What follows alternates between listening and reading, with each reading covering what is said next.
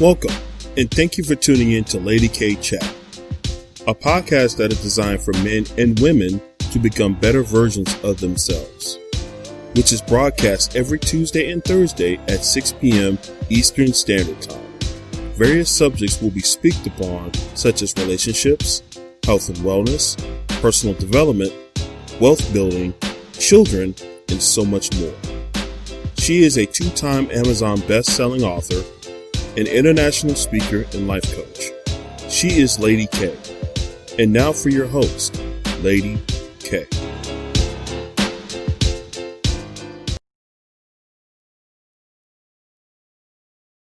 So other losses, moving, financial losses, especially during the coronavirus, as we come into the holiday season, that is going to trigger a lot of loss for people recognizing that what they had intended to do or how they had intended to spend the holiday season, they might not have the resources, or they're not able to spend the time with the family members. Their family members who maybe are in nursing homes, and in past years, they brought the family member to the house that day for Christmas, or made certain that that all of the family was together. Right. And as you know, we're not together like we've been in the past, okay, with the social distancing. And so those are normal losses. That's the thing I want to really stress. Grief is normal and natural. Right. So this is the thing that is interesting, I believe, is so how is it that we got to the place that it turns into a stigma?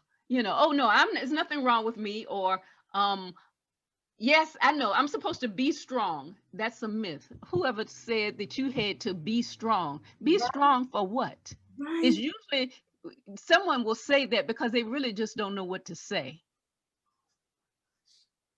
Okay, that it's everyone's grief is individual, right? Because your loss is an individual relationship.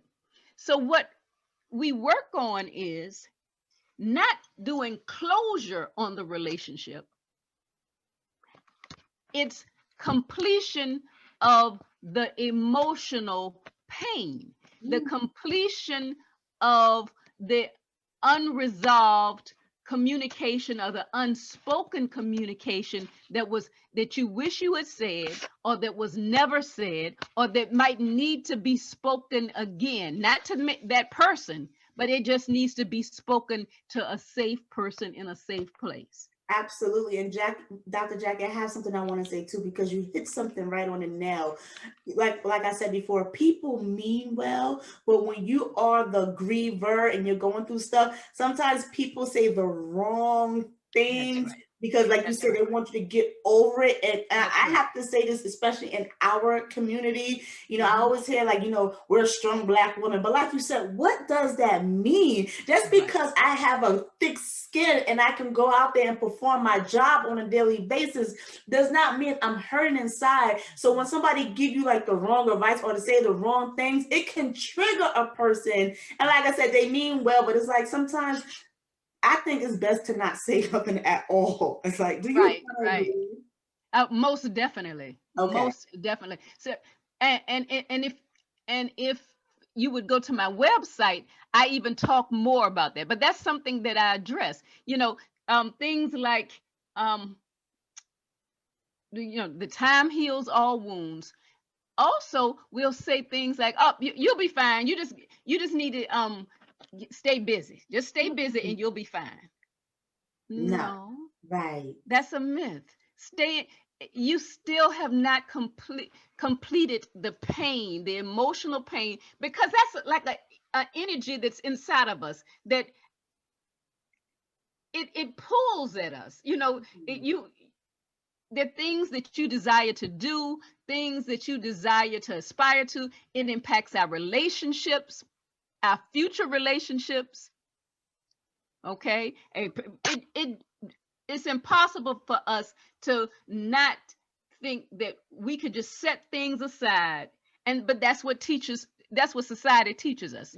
Society says, well, you just act recovered, just put on your best face, and don't let them see you cry. And well, no, I'm not saying everybody needs to see you cry, Right. but there needs to be a safe place, an opportunity to work through that. And that's what the grief recovery method, I think it's as I said, it was life transforming for me.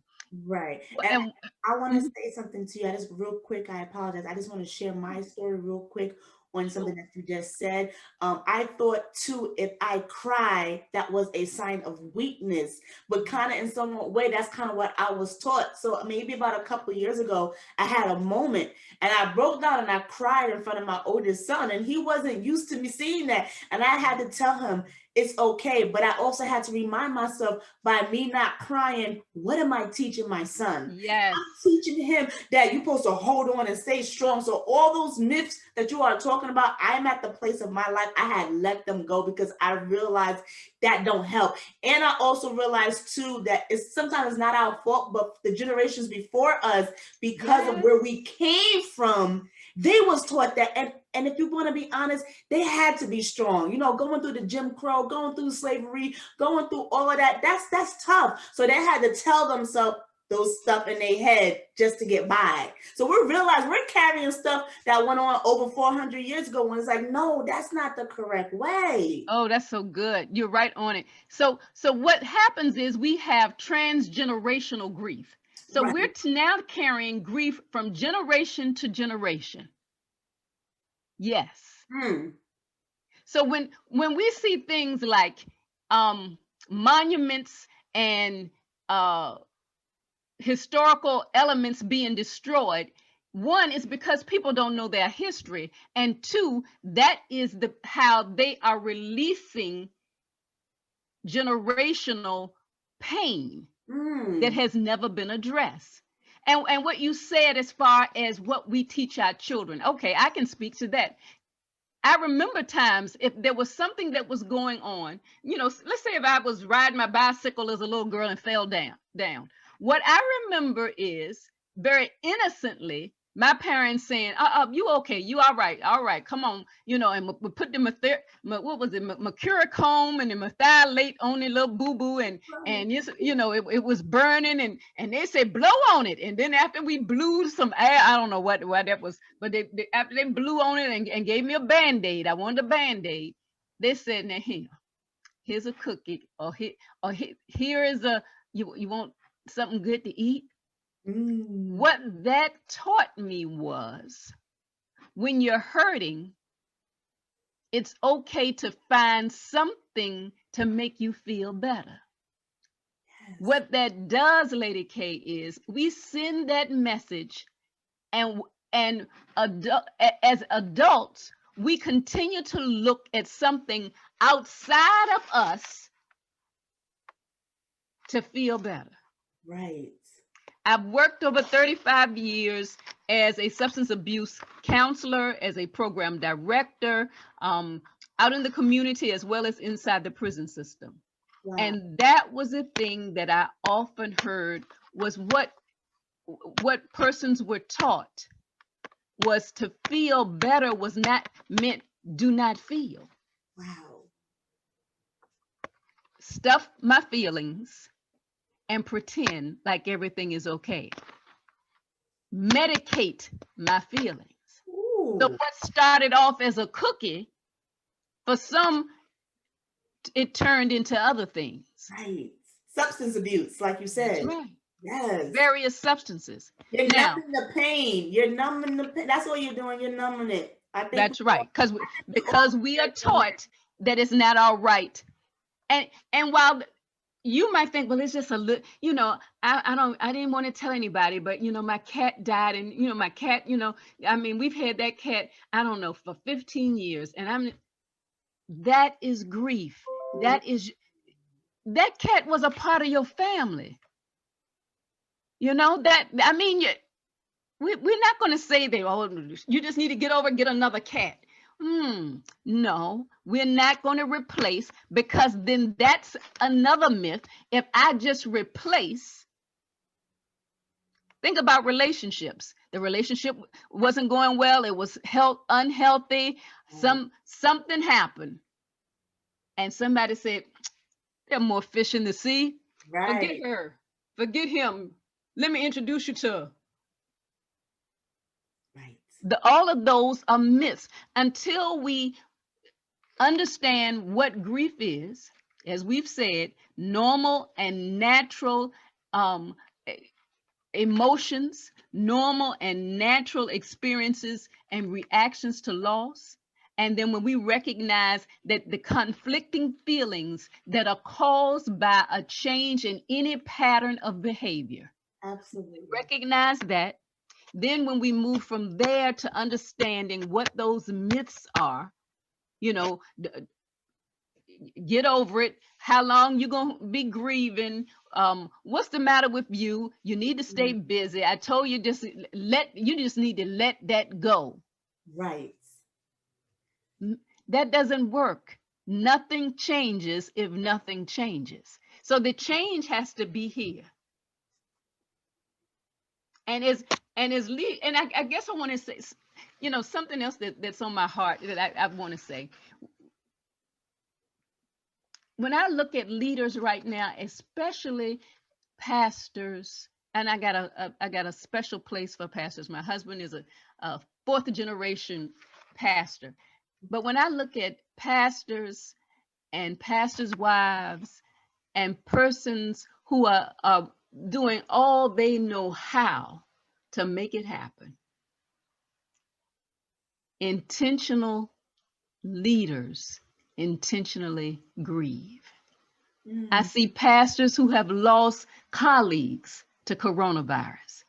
I see pastors who are really pushing, trying to make this technology work when they didn't have necessarily the resources to make it work. I see pastors being criticized and ridiculed about how they came to shut the church, or when they should open the church again, or how many people should be at church. Those are the things that really stand out for me, and that's where my heart is, because I want to see as many people as possible to allow themselves to experience the grieving process, to understand it does not need to be a stigma. See, we're talking about good mental health.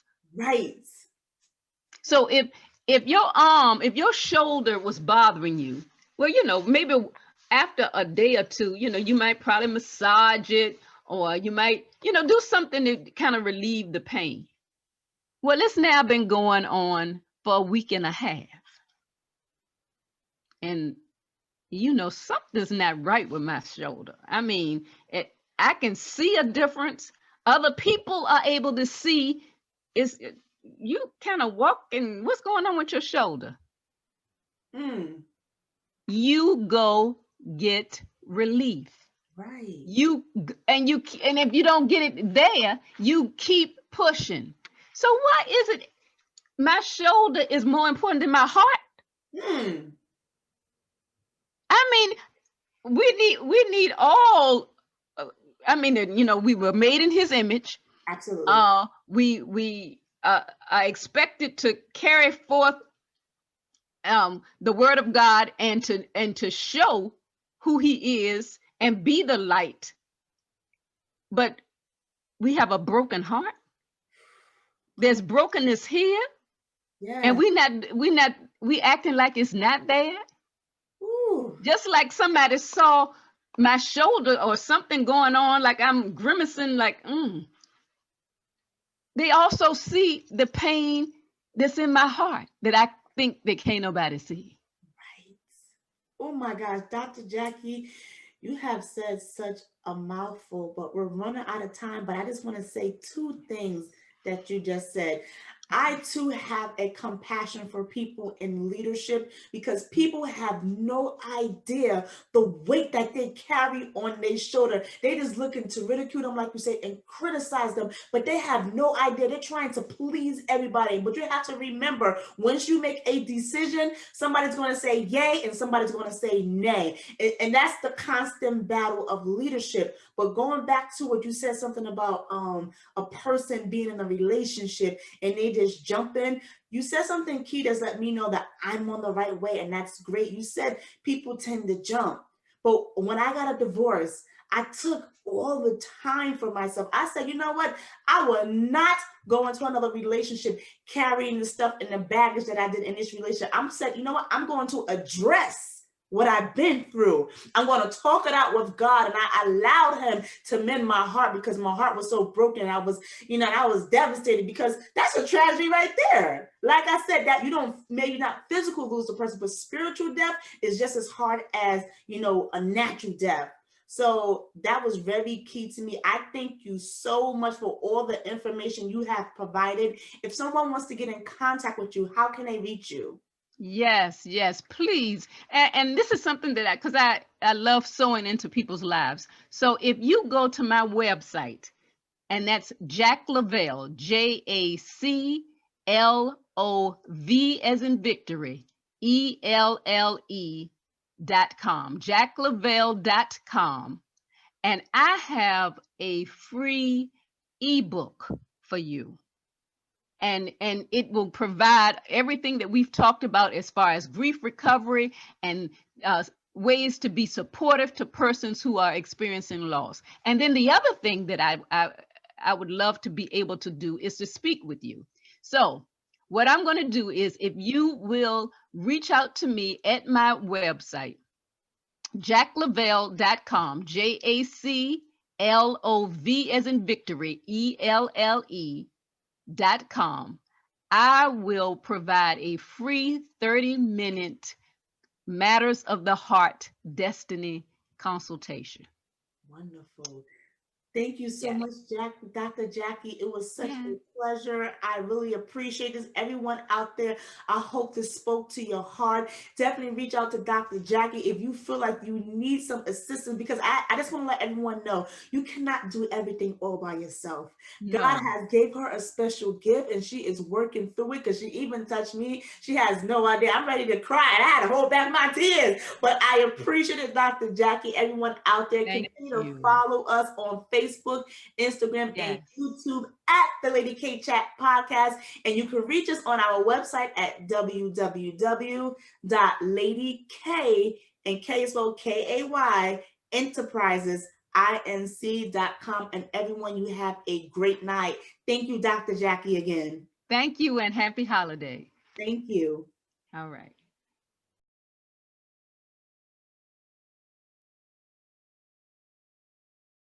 Lady K.